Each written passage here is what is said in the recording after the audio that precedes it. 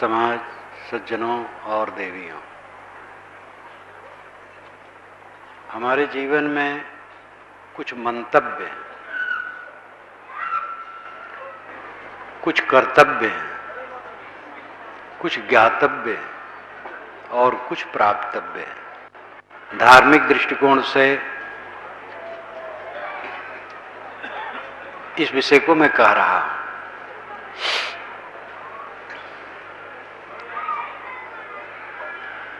कबीर साहब का इन सब बातों में क्या दृष्टिकोण है? मंतव्य मानने योग्य, कर्तव्य करने योग्य, ज्ञातव्य जानने योग्य, प्राप्तव्य प्राप्त करने योग्य। पहली बात है मंतव्य। मन से सब होता है, सारा काम मन से होता है। मन गड़बड़ है तो जीवन गड़बड़ होता है, मन ठीक है तो सब ठीक होता है।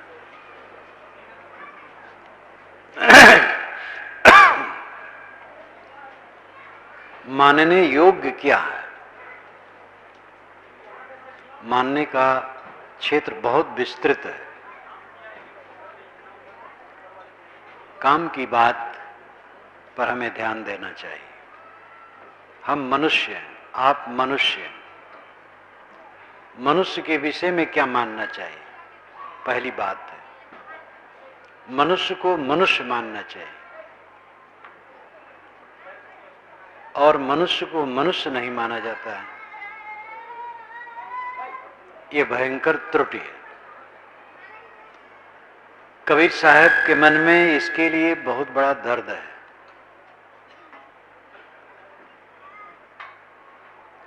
जब हम किसी मनुष्य से पूछते हैं तुम्हारा नाम क्या है, वो कहता रमाशंकर तिवारी, तो हम समझते हैं ये ऊंचा है। और रमाशंकर सिंह है तो उससे नीचा है। और रमाशंकर गुप्त है तो और नीचा है। और अगर यादव है, साहू है, कुर्मी है,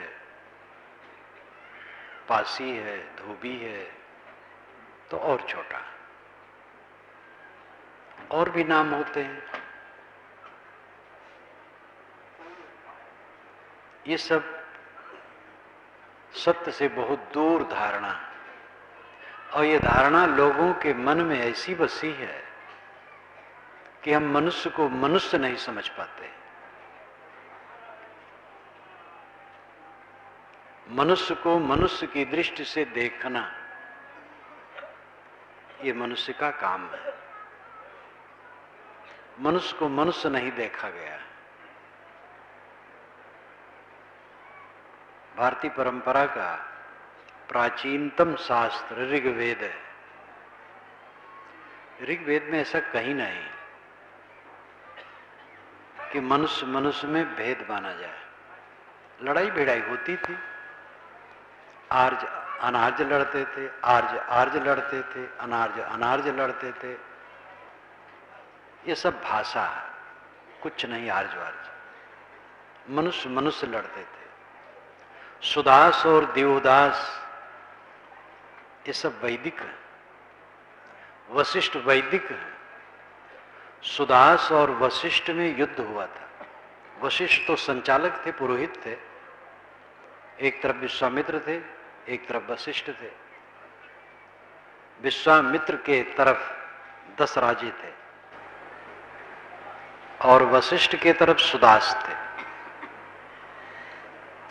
वेद क्या कहते हैं मैंने इसको विवरण से लिखा। दोनों तरफ के लोग आर्य कहलाने वाले थे और लड़ते थे। वेद में आता है मुझे विध्वंस करने के लिए जो यज्ञ करता है, हे देवता, उसके यज्ञ में मत जाओ। यज्ञ करने वाले दोनों तरफ के लोग थे। मुसलमान मुसलमान को परेशान करते हैं, हिंदू हिंदू को करते, ब्राह्मण ब्राह्मण को करते हैं। पाकिस्तान में मस्जिदों को फूंकने वाले मुसलमान ही होते हैं। नमाज पढ़ते वक्त गोली से दाग देने वाले वहां पर मुसलमान ही होते हैं। राम और रावण दोनों वैदिक थे। कौरव और पांडव दोनों भाई भाई थे। यादव पूरा वंश एक ही था, कट के मर गया। ईरान इराक कितने वर्षों तक लड़ते रहे। लड़ाई तो मन के कालुष्य से होता है और किसी में हो सकता है। हम मनुष्य को मनुष्य की दृष्टि से समझें।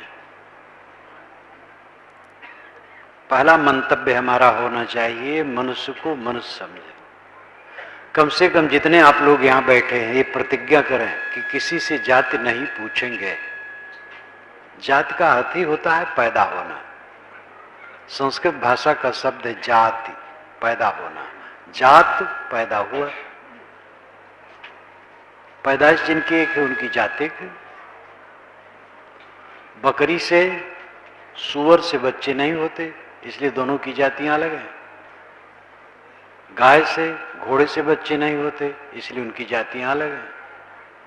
लेकिन इस भूमंडल के किसी कोने के नर और किसी कोने की नारी से बच्चे होते हैं। तो दो जाति कहां? एक जाति है। छुआछूत का आधार है। आदमी गंदा है, आचरण भ्रष्ट है, तो अछूत है। स्वच्छ हो, ठीक आचरण हो, अछूत नहीं। हम स्वयं जब टट्टी घर में जाते हैं, निकलते हैं, अछूत रहते हैं। स्नान कर लिया, अछूत नहीं। मेहतर भी जब स्नान कर लिया तो अछूत कहां रहा? किसके मुख में 32 दांत है जो ये कह सके कि मैं मेहतर का काम नहीं करता हूं? कोई है यहां बैठा? और हमारी माता तो सबसे बड़ी मेहतर रही है। बरसों तक हमारी टट्टी वो साफ की है, तो माता को बनाए नहीं खाना चाहिए फिर? और हम स्वयं रोज अपनी टट्टी साफ करते हैं, तो अपनी क्या दशा होगी फिर? इतनी अक्ल जिस मनुष्य में न हो, वो क्या मनुष्य है? ये पीड़ा पूरी दुनिया में है। केवल हिंदू दोषी नहीं है, लेकिन हिंदुओं में नासूर है, दूसरे में भी है। हिंदुओं में भयंकर है, नरमी हुई है, लेकिन अभी बहुत बाकी है। स्वच्छता पर ध्यान दीजिए, स्वच्छता सफाई पर ध्यान दीजिए। मैं छुआछूत बहुत मानता हूं। अगर आंगन में मैं लेटा रहूं और पानी आ जाए, बूंदी आ जाए, मेरे साधु बैठे रहते, मेरा कपड़ा नहीं छूते। कहां हाथ लगा है पता नहीं। हाथ धो लेंगे तब कपड़ा छुएंगे। अगर धोने की सुविधा वहां नहीं है तो मैं अपना ही कपड़ा बटोरूंगा। हाथ धो ले, कोई छुए। मेरा भोजन मुस्लिम लड़का भी बनाया है, ईसाई लड़का भी बनाया है। आप लोग मुझे आजाद कर दें, कोई चिंता नहीं है। साधु बन करके मुस्लिम लड़का मेरे पास रहा 20 वर्षों तक, शरीर छूट गया, यहीं छूटा है। ईसाई लड़का था, 3.5 वर्षों तक था, नहीं रह पाया, घर चला गया। अब बेचारा घर में ही शरीर छोड़ दिया। मनुष्य को मनुष्य समझो, इस मंतव्य पर ध्यान दो। पहली बात है, महापाप हो रहा है। महापाप, अपराध नहीं, पाप है, महापाप है। किसी मनुष्य को हीन कहना महापाप है। ज्ञान के अधिकारी अब ब्राह्मण नहीं है, ये सनातन धर्मी पंडित कहते हैं। आधार क्या है? मैंने कल कहा था, युक्ति, प्रत्यक्ष, युक्ति और प्रमाण। प्रत्यक्ष है, जब आदमी को पाप पुण्य लगता है तो ज्ञान कैसे नहीं हो सकता है? जिनको अब्राह्मण कहते हैं उनको पाप पुण्य लगते हैं, इसलिए वो जेल जाते हैं और पुरस्कृत भी होते हैं। अच्छा काम करते हैं पुरस्कृत होते हैं, खराब काम करते हैं तिरस्कृत होते हैं। स्त्री को भी पाप पुण्य लगते हैं। स्त्रियों को भी मैंने जेल खाने में देखा, जेल खाने में भाषण करना पड़ता है मुझे बारंबार, तो वहां देखता हूं स्त्रियां भी हैं पुरुष भी हैं। अगर उनको पाप पुण्य लगते हैं तो ज्ञान कैसे नहीं हो सकता है। मनुष्य सब बराबर दिखाई देते हैं, एक ही ढंग से पैदा होते हैं, यह प्रत्यक्ष है। युक्ति है कि उनको कर्म लगते हैं इसलिए ज्ञान होगा। प्रमाण है ऋग्वेद पहला वेद है, भारतवर्ष का नहीं पूरे विश्व का प्राचीनतम शास्त्र है। कहीं नहीं लिखा है कि मनुष्य में द्वैत है। मनुर्भव जनया दिव्यम जन्म कहा गया। मनुष्य बनो और अच्छा जन समाज पैदा करो। वेद के मंत्रों की रचयिता शूद्र कहलाने वाले सज्जन हैं, स्त्रियां हैं, एक शायद वैश्य है। मैंने लिखा है कि शायद ये वैश्य है, तो फिर वो ज्ञान के अधिकारी कैसे नहीं है? प्रमाण भी है। प्रमाण की उतनी चिंता नहीं है। किसी किताब में लिखा हो कि अब्राह्मण ज्ञान के अधिकारी नहीं है, तो किताब की वह बात बिल्कुल गलत है। सारी बातें मनुष्य की लिखी हुई होती हैं, आकाश से कोई किताब नहीं आती है। ये मिथ्या दावा है कि हमारी किताब आकाश से आई है। सारी किताबें मनुष्यों ने बनाई है, इसलिए किताब में गलत लिखा है तो नहीं मानना चाहिए। इसीलिए साहब ने कहा साधु ऐसा चाहिए जैसा सूप सुभाए, सार सार को गहरे थोथा दे उड़ाए। वेद के ऋषि भी कहते हैं सत्य में उक्तितुना पुनंतो यत्र धीरा मनसा वाचम कृत अत्रा सखाया सख्यान जानते भद्रेशाम लक्ष्मीर निहित आदिवाच। जैसे चलनी से सत्तू छाना जाता है वैसे मन से वाणी को छानो, नीर छीर विवेक करो। बहुत सरल बात है। मानव मात्र सब दिशाओं में विकसित होने का अधिकारी है। कबीर साहब के मन में टीस थी, उन्होंने कहा एक त्वचा हाड़ मलमूत्रा, एक रुधिर यज्ञूदा, एक बुंद से सृष्टि रची है। को ब्राह्मण को शूद्र, रजोगुण ब्रह्मा तमोगुण शंकर, सतोगुणी हरि होई। कहीं कबीर राम रम रहिए, हिंदू तुर्क न कोई। एक ही लपेट में वो कहते हैं कोई ब्राह्मण शूद्र नहीं, कोई हिंदू मुसलमान नहीं। चार नामों लेते हैं। चार नाम का लाक्षणिक अर्थ है कि जितने नाम धरे गए हैं वो सब झूठे हैं और मनुष्य सच्चा। मनुष्य से प्रेम करे, जात मान करके ऊंच नीच की कल्पना छोड़ दे। कबीर साहब की यह दिव्य दृष्टि, दूरदृष्टि स्वतंत्र भारत में 20वीं शताब्दी में फलीभूत हुई और समता का कानून बना। मानव मात्र सभी दिशाओं में पहुंचने का अधिकारी हुआ कानूनन। छुआछूत की धारणा पर भी प्रतिबंध लगा। कोई किसी को अछूत कहे तो जेल जा सकता है।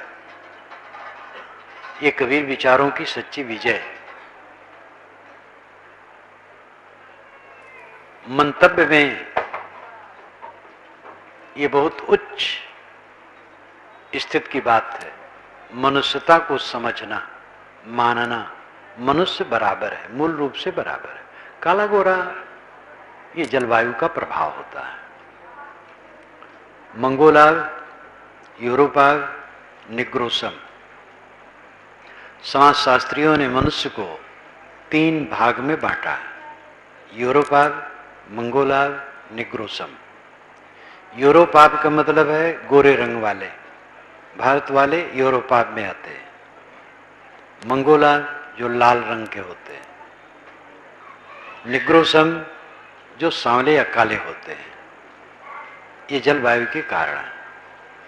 पीढ़ी दर पीढ़ी धूप में काम करने वाले प्राय सांवले हो जाते हैं, घर में रहने वाले प्राय गोरे हो जाते हैं। इसमें कुछ नहीं रखा।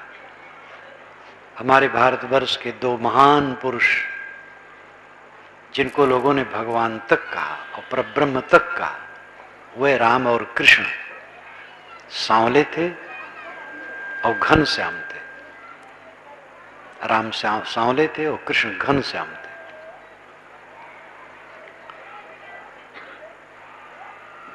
मंतव्य में बहुत बड़ा दायरा है मंतव्य का। भूत प्रेत जादू टोना जंतर मंतर सब बकवास। भूत प्रेत नाम की कहीं कोई चीज नहीं, जादू नाम की कोई चीज नहीं, सब हथकंडा। हाथ की सफाई, बात की सफाई, वस्तु की बनावट, दवाई इत्यादि से दिखाते हैं। हमारे साधु जादू दिखाते हैं, समय समय से दिखा करके उसका पर्दाफाश करते हैं। मंत्र से कुछ भी नहीं बनता है। मंत्र तो कहते हैं मननात् मंत्र है, मनन करने से मंत्र कहलाता है। कोई विचार मंत्र है, इसलिए मंत्री होते हैं जो मंत्रणा दे। अंग फड़कने से कोई हानि लाभ नहीं होता है। दिशाशूल नाम की कोई चीज नहीं होती। जिस दिशा में जिस तरफ जाना चाहो कोई चिंता नहीं। योगिनी नाम की कोई चीज नहीं है कि वो दाएं है कि बाएं है। ग्रह टेढ़ा है, झूठी बात है। ग्रह आकाश में आप पर कैसे टेढ़ा है? अब आप पर टेढ़ा होगा तो मेरे ऊपर सीधा कैसे रहेगा? सूरज की गर्मी सबको बराबर लगेगी जितने खुले आकाश में लोग रहेंगे। और ग्रह टेढ़ा है तो पूजा करके शांत कैसे होगा? क्या पूजा करके कोई इसमें से एक कोई बल्ब बुझा सकता है? स्विच ऑफ करना पड़ेगा तब बुझेगा। ग्रह कैसे पूजा करके शांत होगा? निरर्थक मान्यताएं, अनर्थक मान्यताएं मनुष्य के दिमाग पर लदी है। अंगूठियों के पहनने से कोई लाभ नहीं होता है। सोना धारण करने से कोई लाभ नहीं होता है। अमुक धातु धारण करने से कोई लाभ नहीं होता है। ये धातु धारण करो। अथर्ववेद में तो बहुत ही कुछ लिखा है। भूत प्रेत भी है, जादू टोना भी है। मैंने वेद में सब लिखा है। ये सब अंधविश्वास बहुत पुराना है। किताब में लिखी होने से सारी बातें सच नहीं है। जब तक इतना निर्भय हो करके परीक्षा न करोगे सत्य का मोती नहीं मिलेगा। वैदिक पंडितों ने ही आज से 1000 वर्ष पूर्व 55 मुद्दों को अवैदिक कलिवर्ज कह करके त्याग दिया है। सब वैदिक। उन्होंने कहा कलिवर्ज कलिकाल में नहीं चलता। जैसे नियोग, अगर पुरुष कमजोर है, उसे गर्भाधान नहीं हो सकता है तो अपनी पत्नी को दूसरे पुरुष से लगा करके गर्भाधान करा लेता था। नियोग पहले था। नियोग वैदिक मान्यता के अनुसार है। लेकिन आज से 1000 वर्ष पूर्व पंडितों ने कहा ये कलिवर्ज है। ऐसे 55 मुद्दे हैं कलिवर्ज के और वे वैदिक हैं सब। क्यों छोड़ दिए गए? वैदिक पंडितों ने ही छोड़ दिया। इसलिए साहब ने कहा दद्दा देखो बिनसन हारा, जस देखो तस्करो विचारा। विवेक विचार से चलो। अंधविश्वास के दलदल में समाज धंसता चला जा रहा है। विज्ञान का युग 21वीं शताब्दी लगी हुई है, लेकिन अंधविश्वास घूम फिर करके भयंकर है। पढ़े लिखे लोग इतने अंधविश्वासी की हद है। भौतिक विज्ञान के प्रोफेसर अब अंगूठी पहने हैं क्योंकि ग्रह टेढ़ा रहता है। इस अंगूठी से ग्रह सीधा हो जाता है। एक मंत्री, उनके हाथों में 9 अंगूठियां थी। तो हमारे साधु ने पूछा 9 अंगूठियां आप क्यों पहने हैं? कि आप जानते नहीं 9 ग्रह हैं।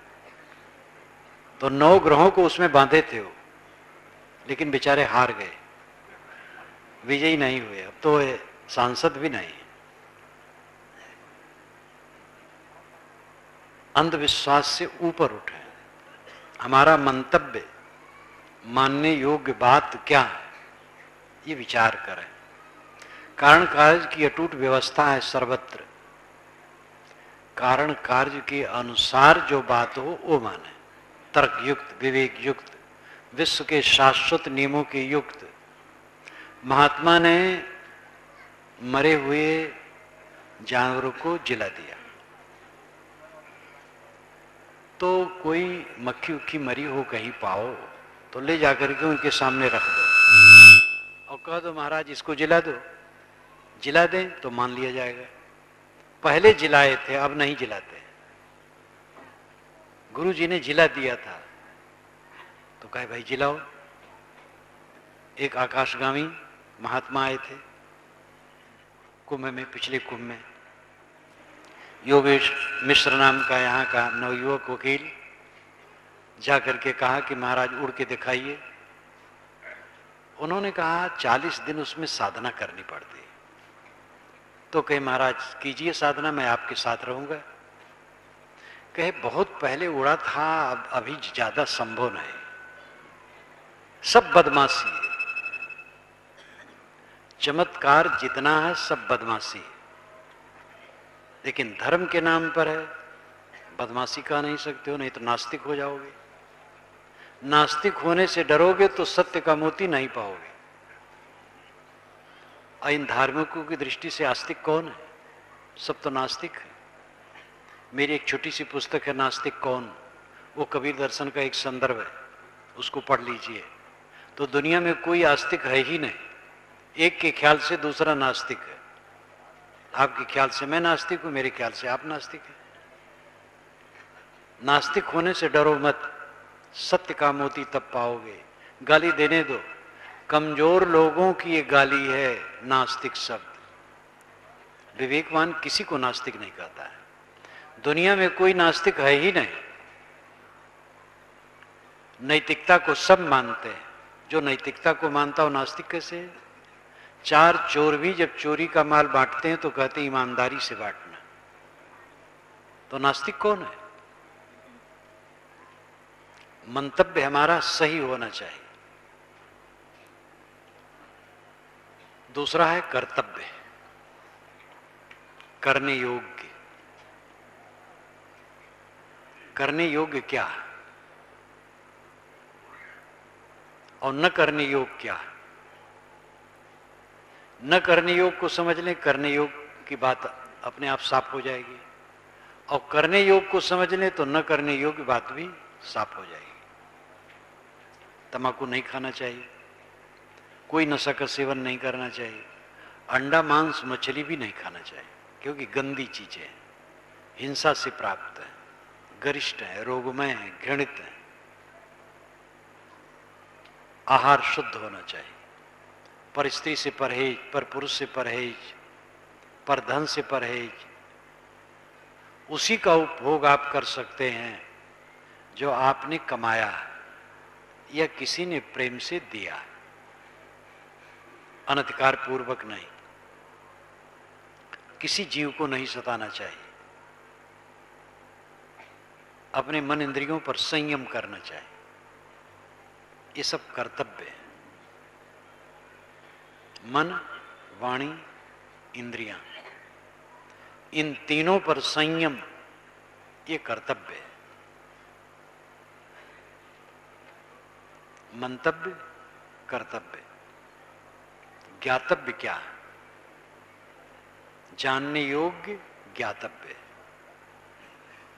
ज्ञातव्य का क्षेत्र बहुत विस्तृत है, करने का भी बहुत विस्तृत क्षेत्र है। कोई सर्विस करता है तो उसको ठीक से करना चाहिए। कोई अध्यापक है, टाइम से टाइम तक ठीक से पढ़ाना चाहिए। साधु का काम है साधना से रहे और दूसरे में ज्ञान का प्रकाश करे, सांप्रदायिकता न फैलावे। सांप्रदायिकता का जहर और जातीयता का जहर दोनों मनुष्य को विषाक्त करते हैं। हमारी जात बड़ी, तुम्हारी जात छोटी, जैसे जहर है ये भावना। तैसे हमारा संप्रदाय कल्याणदायी, दूसरे का संप्रदाय कल्याणदायी नहीं, ये विषाक्त वातावरण पैदा करता है। जिसकी ड्यूटी है ठीक से काम करना चाहिए। मिट्टी की दुकान आप करते हैं चेष्टा से समर्पित होकर, तो सोने की दुकान बन जाएगी। और सोने की दुकान करें, चांदी की दुकान करें, तत्परता नहीं है तो मिट्टी बन जाएगी। हर मनुष्य को अपना कर्तव्य ठीक से पालन करना चाहिए। कर्तव्य पूजा है। साहब ने कहा जो कुछ करो सो पूजा। मैं जो करता हूं वो पूजा है। लेकिन जो खास कल्याण की बात है उसमें जानने योग्य पहली बात है अपने को जानना, मैं कौन हूं। मैं को नहीं जानता हूं, सबको जान लिया, मैं को नहीं जाना तो क्या जाना। मैं जो पदार्थ है वो आत्मा है। एक मैं है देहादि के प्रति अहम भाव, वो दूषित है। मैं देह नहीं, मैं आत्मा हूं, चेतन हूं। जड़ चेतन दो वस्तुएं हैं। जड़ दृश्य है, चेतन दृष्टा। जड़ ज्ञेय है, चेतन ज्ञाता है। आप जानने वाले हैं, जान जान करके हरदम दुखी सुखी होते रहते हैं। किसमें दुखी सुखी होते हैं? दृश्यों में। जिसको जानते हैं ये जड़ पसारा प्रपंच, इसको जान जान कर मान मान कर सुखी दुखी होते रहते हैं। दुख तो दुख ही है, सुख भी दुख है। जड़ दृश्यों में जहां सुख माना जाता है परिणाम में दुख आता है। जहां आप आनंद मानेंगे क्लेश वहीं आएगा। असली आनंद सुख दुख से कोई परे परम पद, सो पद है सुखदाई। ये साहब ने कहा सुख दुख से दोनों से परम पद परे है, जो सच्चा सुखदाई है। वस्तु जनित सुख दुख लाता है, आत्मजनित सुख निरंतर होता है। पुत्र उत्पन्न में सुख है, अगर पुत्र न रह गया तो महादुख है। पुत्र हो करके रोगी हो गया तो महादुख है। बड़ा हो करके विमुख हो गया तो महादुख है। विमुख न हो, अनुकूल हो तो भी आपको सुख क्या दे पाएगा बेचारा? खिलाएगा पिलाएगा, इतने तो कर सकता है। पदार्थ जनित जितना सुख होता है वो दुख देता है। इसलिए पदार्थ जनित सुख में तटस्थ रहना चाहिए, सावधान। जहां चिपके थप्पड़ लगा, ये समझ लो। जहां आसक्त हुए वहीं कांटा चुभेगा। आसक्ति पीड़ा है, फोड़ा है, मवाद है। इसको चित्त से निकालना चाहिए। जड़ चेतन दोनों नित्य सत्ता है। जड़ परिवर्तनशील है, चेतन अपरिवर्तित है। दोनों नित्य हैं। मूले मूला भावाद मूलम मूलम। कपिल जी महाराज ने सांख्य दर्शन में कहा है कि मूल में मूल न होने से अमूल होता है मूल। पेड़ की जड़ होती है, जड़ की जड़ नहीं होती। जड़ चेतन दोनों मूल हैं, इसलिए इनका मूल और कुछ नहीं। जड़ भी नित्य है, चेतन भी नित्य है।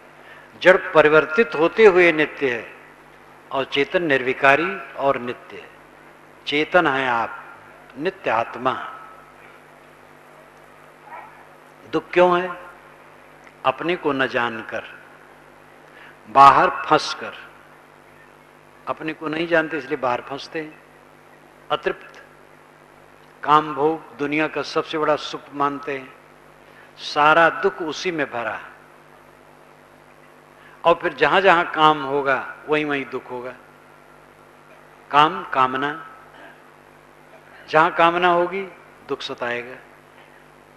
निष्काम होकर के काम करने वाला दुखी नहीं होता। गीता में निष्काम कर्म की बात कही गई। कितने लोग आलोचना करते हैं गीता की ये बात गलत है, निष्काम कर्म हो ही नहीं सकता है। ऐसा तर्क करने वाले साधक नहीं। साधक कभी ऐसा नहीं कह सकता है कि निष्काम कर्म नहीं हो सकता है, क्योंकि वो साधना करके जानता है निष्काम कर्म बांधते नहीं, सकाम कर्म बांधते।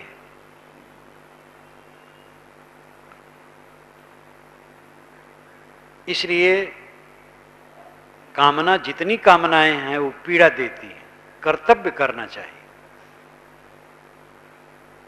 मैंने कहा था कल कि महात्मा गांधी कई बार अपने साथियों को, कई साथियों को कहते तुम्हें ये पद देना है। वो कहते नहीं बापूजी, मैं पद नहीं चाहता, मैं पद लायक नहीं, मैं सेवा करूंगा। कई ऐसे जीवन भर पद नहीं लिए, योग्य। अब आज पद न मिले तो पार्टी बदल देते हैं, टिकट न मिले तो तुरंत बदल देते हैं। निष्ठा नाम की चीज ही नहीं रह गई। कुछ लोग हैं जो निष्ठावान हैं, सही रास्ते पर हैं, हर जगह निष्कामता की आवश्यकता है। राजनेताओं में आज भी ऐसे हैं जो अपेक्षा निष्काम है। डूबा नहीं है संसार पूरा। राजनीतिक भयंकर स्थिति राजनीति की होती है। एक पूर्व मंत्री, गृह मंत्री, प्रदेश के गृह मंत्री थे, उनके यहाँ मेरा भोजन हुआ तो बातचीत होते हुए मैंने कहा भाई क्षेत्र है अपना अपना, कोई व्यापार करता है, कोई किसानी करता है, कोई नौकरी करता है, कोई राजनीति करता है। तो पूर्व मंत्री ने कहा सबसे खराब ही है राजनीति। हंसने लगे। राजनेता भी जानते झंझट का घर तो है ही है। तो लेकिन ऐसी राजनीति में भी अपेक्षा निष्काम पुरुष आज भी है। पुरुष का मतलब स्त्री पुरुष से मतलब नहीं है, व्यक्ति। तो जो जितना निष्काम होगा उतना दुखहीन होगा। साधना की अवस्था में पहुंच करके जब पूर्ण निष्कामता हो जाती है तो दुखहीन अवस्था प्राप्त हो जाती है। हर जीव की लालसा है हम दुखहीन हो। आपका स्वरूप ही दुखहीन है। आत्मा में कोई दुख नहीं, आत्मा तो कल्याण में है। अपने स्वरूप को न जान करके, विषयों में उलझ करके, इंद्रिय मन के विकारों में उलझ करके सारा दुख पैदा होता है। जानने योग्य आत्मा और अनात्मा है। स्व और पर अध्ययन के केवल दो विषय, स्व पर। स्व नाम खुद, पर नाम दूसरा, दूसरा नाम जड़ जगत। परमात्मा आत्मा से अलग चीज नहीं है। कल मैंने थोड़ा सा कहा था प्रत्यक्ष परोक्ष अपरोक्ष। इंद्रियों से प्रतीतमान प्रत्यक्ष है, मन से जो अवधारणाएं हैं वो परोक्ष है, और इंद्रिय मन जहां दोनों विश्राम पा जाते हैं वहां अपरोक्ष है। जो कुछ हम देखते सुनते हैं, दृश्य जगत, ये प्रत्यक्ष है, और इसी में सब जीव उलझे। कुछ लोगों को इससे उपरामता होती है, संतोष नहीं मिलता, तो परोक्ष में वो कुछ खोजते हैं, मन से अवधारणा करते हैं, किसी ईश्वर की, किसी देवता की, किसी लोक की। उस धारणा में उनको कुछ संतोष मिलता है, लेकिन पूरा संतोष नहीं मिल सकता, क्योंकि अवधारणा मन का खेल होती है। जहां मन भी शांत और इंद्रियां भी शांत, सारी क्रियाएं इंद्रियां छोड़ दी और मन भी विकल्प रहित हो गया, ये अपरोक्ष दशा है। तो स्वयं आत्मा रह गया। आप स्वयं विचारिए, सब इंद्रियों को समेट लीजिए, आंख भी बंद कर लीजिए, तो प्रत्यक्ष भूल गया। अब मन की कल्पना चल रही है, ये अवधारणा है, ये परोक्ष है। मन की अवधारणाएं समाप्त हो गई, सारे संकल्प समाप्त हो गए, तब चेतन मात्र, आत्म सत्ता मात्र रह गया, वो अपरोक्ष है। आत्मा अपरोक्ष है, उसी को उपनिषदों में परब्रह्म कहा गया है। लोभ छोड़े तब क्षोभ मिटेगा, धीरे धीरे छोड़े। धर्म का तत्व इसी में है। मजहब और धर्म में अंतर होता है। अनेक संप्रदाय हैं, अनेक मजहब हैं, धर्म एक है। इस्लाम 1400 सवा 1400 वर्षों से है, ईसाईयत 2000 वर्षों से है, बौद्ध मत 2500 वर्षों से है, जैन मत और पुराना है। लेकिन जैन मत का शास्त्र भी ईसा के बाद बने। महावीर स्वामी के निधन के करीब करीब 1000 वर्ष बाद आगम शास्त्र बने, जो 32 हैं अर्धमागधी में। ये ईसा के बाद बने। ईसा के पहले जैन मत की कोई किताब नहीं थी। हिंदू शब्द 2500 वर्षों से प्रचलित है। हिंदू शब्द भारतीय भाषा का नहीं है, हिंदी कोश में नहीं है, संस्कृत कोश में नहीं है।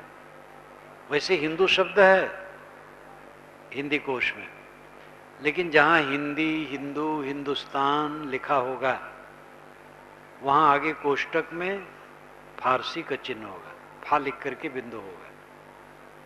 फारसी भाषा का शब्द है, भारतीय भाषा का शब्द नहीं। हिंदू कौन मेरी एक पुस्तक है, वो भी कबीर दर्शन का एक संदर्भ है, उसको पढ़ करके आप इसको ठीक से जान सकते हैं।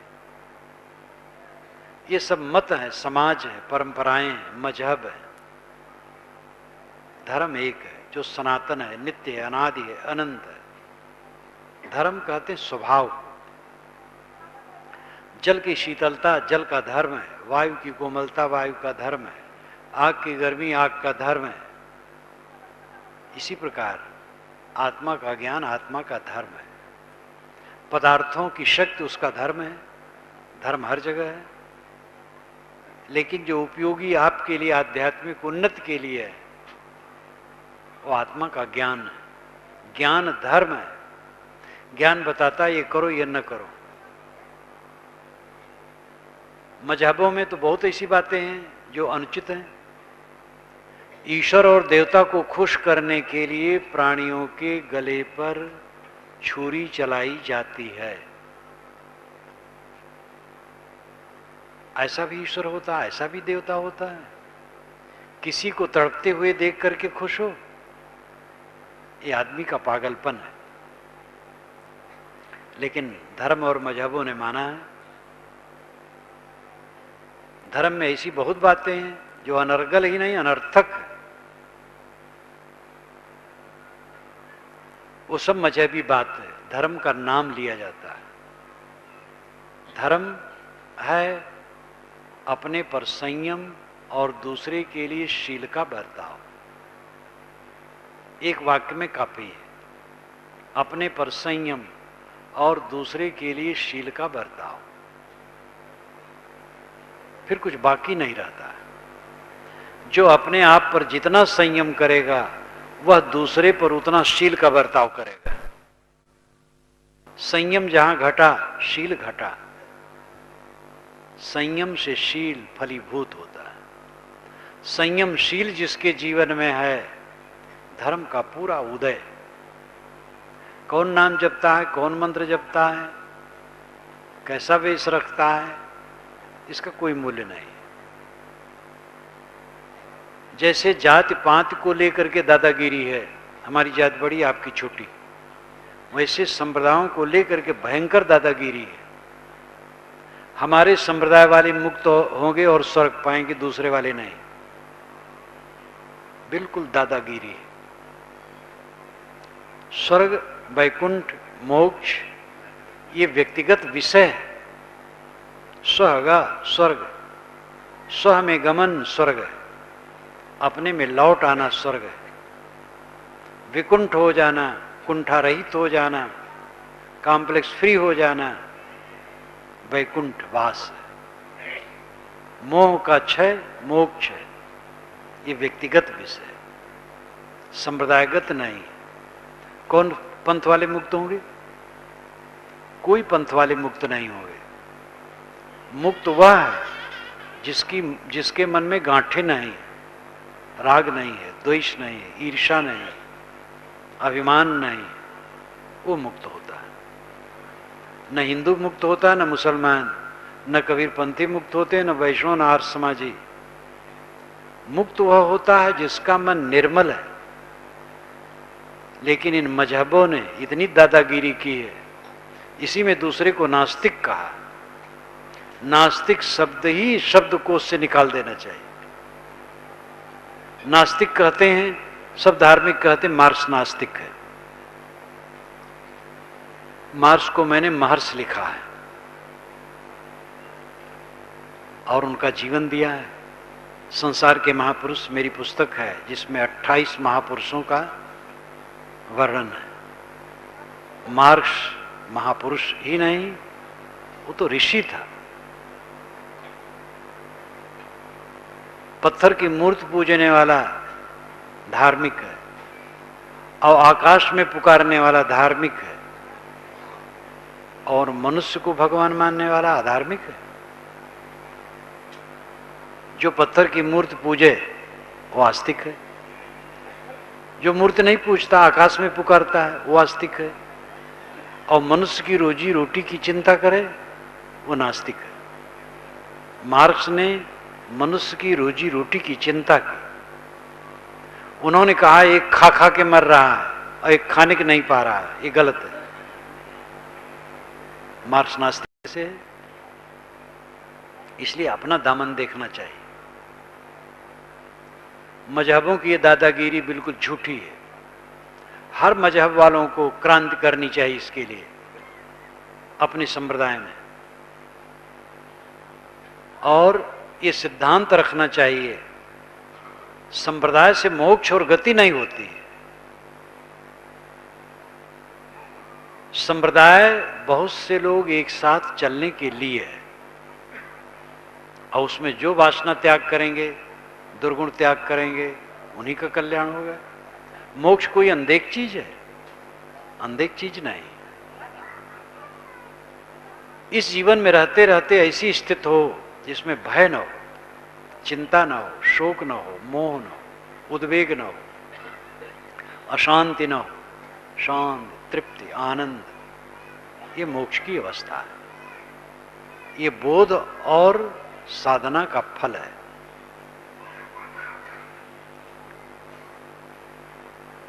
हमारे जीवन में प्राप्तव्य क्या है? मोक्ष, निर्वाण, कल्याण, भगवान की प्राप्ति, ब्रह्म की प्राप्ति, खुदा की प्राप्ति, हक बीनी। अनेक शब्दों में लोग कहते हैं, बात सब एक है। कोई भगवान व्यक्ति नहीं जो आपको मिले। महापुरुषों को भगवान कहा गया है, आज भी महापुरुष को भगवान लोग कह देते हैं, लेकिन भगवान कहते ही दिमाग आकाश में उड़ने लगता है।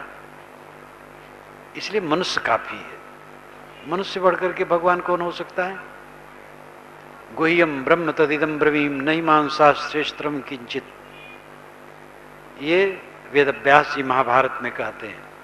मैं एक गोपनीय बात आपको बताता हूं, मनुष्य बढ़कर के कुछ नहीं। कबीर साहब ने कहा, मानुष तेरा गुण बड़ा, अरे मनुष्य तेरे सद्गुण बड़े। मनुष्य महान है। परब्रह्म, परमात्मा, मोक्ष, निर्वाण, कल्याण, आत्यांतिक सुख, अनंत सुख, ये सब शब्द हैं, और सभी शब्दों का एक अर्थ है, आत्म संतोष की पूर्ण प्राप्ति, पूर्ण आत्म संतोष हो जाना। जीना मरना बराबर लगे। शरीर है, अभी गिर जाए कोई हर्ज नहीं। छोड़ने योग को छोड़ दिया है, बस छोड़ना है, सब छूटेगा। समझदार वह है जो छूटने के पहले छोड़ दे। निकाला जाना समझदारी नहीं, इस्तीफा देना समझदारी। सब लोग निकाले जा रहे हैं, इस्तीफा देने वाले बिरले। इस्तीफा देना समझदारी है, मोह छोड़ना समझदारी है। हम मोह करते रहेंगे, जबरदस्ती काल ले जाएगा, दयनीय दशा होगी। प्राप्तव्य है कृतार्थ अवस्था, अपने सत आत्मा से जुड़ जाना, अपने आत्मा में स्थित हो जाना। मैंने दिन में कहा था कि आपकी साधना की शक्ति इतनी बढ़नी चाहिए कि आप जब चाहें विचारों को छोड़ के शांत हो सके। पूर्ण अभ्यस्त व्यक्ति ध्यान के समय तो धाई है, ऐसे ही चुपचाप बैठता है और मन शांत हो जाता है, कुछ नहीं सोचता। ये शक्ति अपनानी चाहिए, और ये शक्ति प्राप्त करने की शक्ति सब में है। उल्टी दिशा में हम चल रहे हैं। अहंकार, ममकार, विकार, राग, द्वेष, कलह, कल्पना, दुराशा, तृष्णा, ऐसे मन में कैसे शांति मिलेगी? इस उच्च आदर्श को कुछ लोग प्राप्त करते हैं, ये तर्क हो सकता है, लेकिन कुछ लोगों में आप हो सकते हैं, आप हो सकते हैं, कोई हो सकता है। जीवन का परम फल इसी में मिलेगा जब मन की जलन पूरी खत्म हो जाए, मन की आग बुझ जाए। सब समय कृतार्थ अवस्था, ये प्राप्तव्य, जीवन का प्राप्तव्य है, ये काल्पनिक नहीं है। साहब ने कहा है, जियत न तर्यो मुए का तरी हो, जियते जो न तरे। जो जीते जीते नहीं तरा है, मरने पर क्या तरेगा? संतो जीवत ही कऊ आशा। इसी जीवन में वो दिव्य स्थित होती है। यदा पंचावतिष्ठन्ते ज्ञानानि मनसा सह बुद्धिश्च न विचेष्टतामाहु परमाम गतिम। ये कठोपनिषद का मंत्र है। यदा, जब, पंचावतिष्ठन्ते, पांच ज्ञानेंद्रियां जो शरीर में अवस्थित हैं, आंख, नाक, कान, जीभ, चाम, मनसा सह, मन के सहित, बुद्धिश्च, और बुद्धि भी, न विचेष्टत, चंचल नहीं होते हैं, ताम, उसे, आहु कहते हैं परमाम गतिम, परम गति। कितना सरल रूप में ऋषि ने कह दिया। पांचों ज्ञानेंद्रियां संयत हैं, मन संयत है, बुद्धि संयत है, ये परम गति है। यहां कुछ नहीं कहा गया कि कोई ब्रह्म मिल जाए तब। ब्रह्म तो बैठा ही है अंदर, वही तो दृष्टा है, ज्ञाता है, बोधा है, साक्षी है। बहुत सरल रास्ता है। इंद्रियों को वश में करें, मन को वश में करें, बुद्धि को वश में करें, शीतल हो जाए, शीत भूतम, अत्यंत शीतल हो जाए। ये जीवन का प्राप्तव्य है। बहुत कुछ पाया, चित्त जल रहा है। धन पाया, जन पाया, पद पाया, गुरुआई पाई, महंती पाई, मंडलेश्वर जगत गुरु हो गए, चित्त जल रहा। ये लिफाफा क्या करेगा? जीवन का जो असली तत्व है वो इसमें है। भोग के लिए हम स्वतंत्र नहीं है, मोक्ष के लिए स्वतंत्र है। भोग मिलता है बाहर से, मोक्ष भीतर से। भोग मिलता है वस्तुओं के मिलने पर, मोक्ष मिलता है निष्काम होने पर। वस्तुओं के मिलने में कठिनता भी है और असंभव भी है। जितना मन चाहता कहां मिलता है, किंतु निष्काम होना अपने बस की बात है। निष्काम में मोक्ष है। भोग वस्तु के प्राप्त होने पर होता है, लेकिन केवल वस्तु के प्राप्त होने पर नहीं होता है। अपनी इंद्रियां विकृत हैं तो वस्तु प्राप्त होने पर भोग नहीं होगा। मनुष्य सहायक नहीं है तो भी भोग नहीं होगा। इसलिए भोग परतंत्र है, अंत में क्षणभंगुर है, और भोग के बाद वासना बन करके दुख उत्पन्न होता है। वो दुख का रास्ता है, मोक्ष सुख का रास्ता है। निष्काम हो जाना, निर्मान हो जाना, निरहंकार हो जाना, अपने को समेट लेना अपने में। मनमस्त हुआ फिर क्यों बोले? हीरा पायो गांठ गठियाओ, बार बार वाको क्यों खोले? हल्की थी तब चढ़ी तराजू, पूर्व भया तब क्यों तोले? श्रुत कलारी भई मतवारी, मदवा पी गई बिन तोले। हंसा पायो मान सरोवर, ताल तलैया क्यों डोले? तेरा साहेब है घट भीतर, बाहर नैना क्यों खोले? कहत कबीर सुनो भाई साधो, साहेब मिल गए तिलोले। मनमस्त हुआ फिर क्यों बोले? क्यों बोले मतलब ये नहीं कि मौन हो जाए। विवाद उसका समाप्त हो गया। बीजानन विद्वान भौते नातिवादी, ये भी श्रुत वचन है, उपनिषद वचन है। बीजानन विद्वान, जो अच्छी तरह से जान लिया, अच्छी तरह से ज्ञाता हो गया। भौते नातिवादी, वो बढ़ कर बात नहीं करता है, वो मौन हो जाता है, शांत हो जाता है, काम भर का बोलता है, बड़बड़ाता नहीं। बड़बड़ाने वाला छिछला होता है। हमारे जीवन में प्राप्तव्य परम शांति ही है। उस परम शांति को ही मोक्ष की प्राप्ति कहते हैं, भगवत प्राप्ति कहते हैं। भगवत प्राप्त पुरुष के पास जाओ, देखो उनके कंधे पर भगवान बैठे हैं कि सिर पर बैठे हैं कि बगल में बैठे, कहां बैठे हैं? भगवत प्राप्त का अर्थ क्या है? तत्र का मोह का शोक एकत्तम अनुपश्यत, ये वेद वचन है। वहां पर कहां मोह है, कहां शोक है? एकत्व बोध आ गया। सब तेरे तू सबनिका, घाव काहि पर घालो, जित देखो तित प्राण हमारो। एकत्व भाव आने पर कहां मोह और शोक है?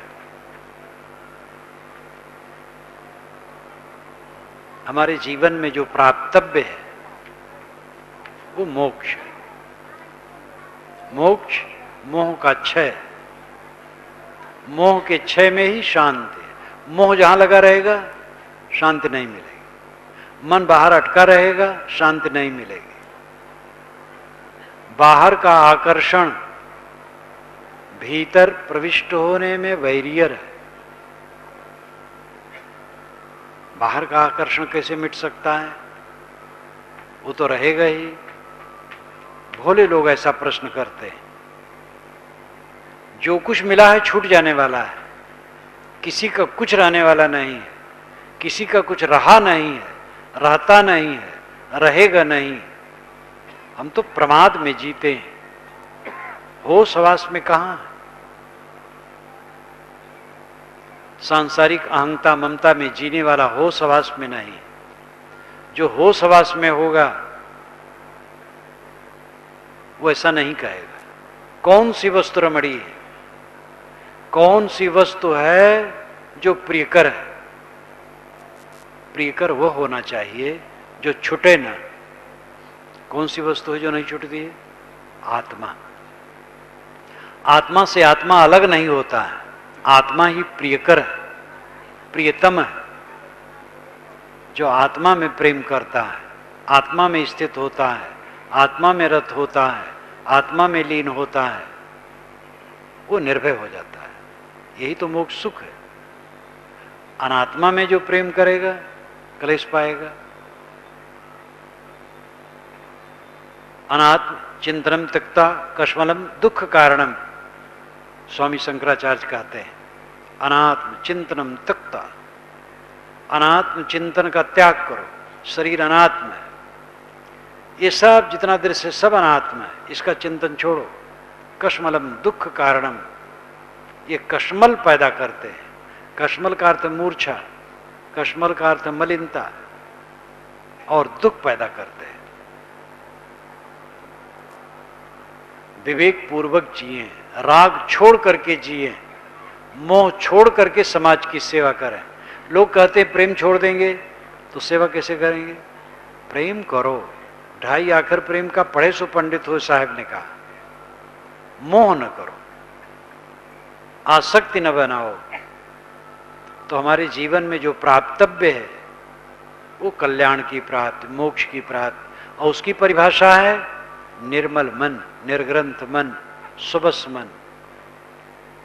तो मैंने आपसे कहा था कुछ हमारे मंतव्य, कुछ कर्तव्य, कुछ ज्ञातव्य, कुछ प्राप्तव्य, जिसको मैंने सामाजिक और आध्यात्मिक दृष्टि से देखाया, और इसके बहुत विस्तार रूप हैं।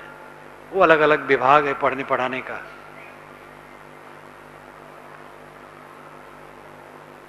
हमारा मंतव्य मानवीय हो, निर्भ्रांत हो। हमारा कर्तव्य रागत द्वेष से निर्मल हो, रागत द्वेष से रहित निर्मल हो।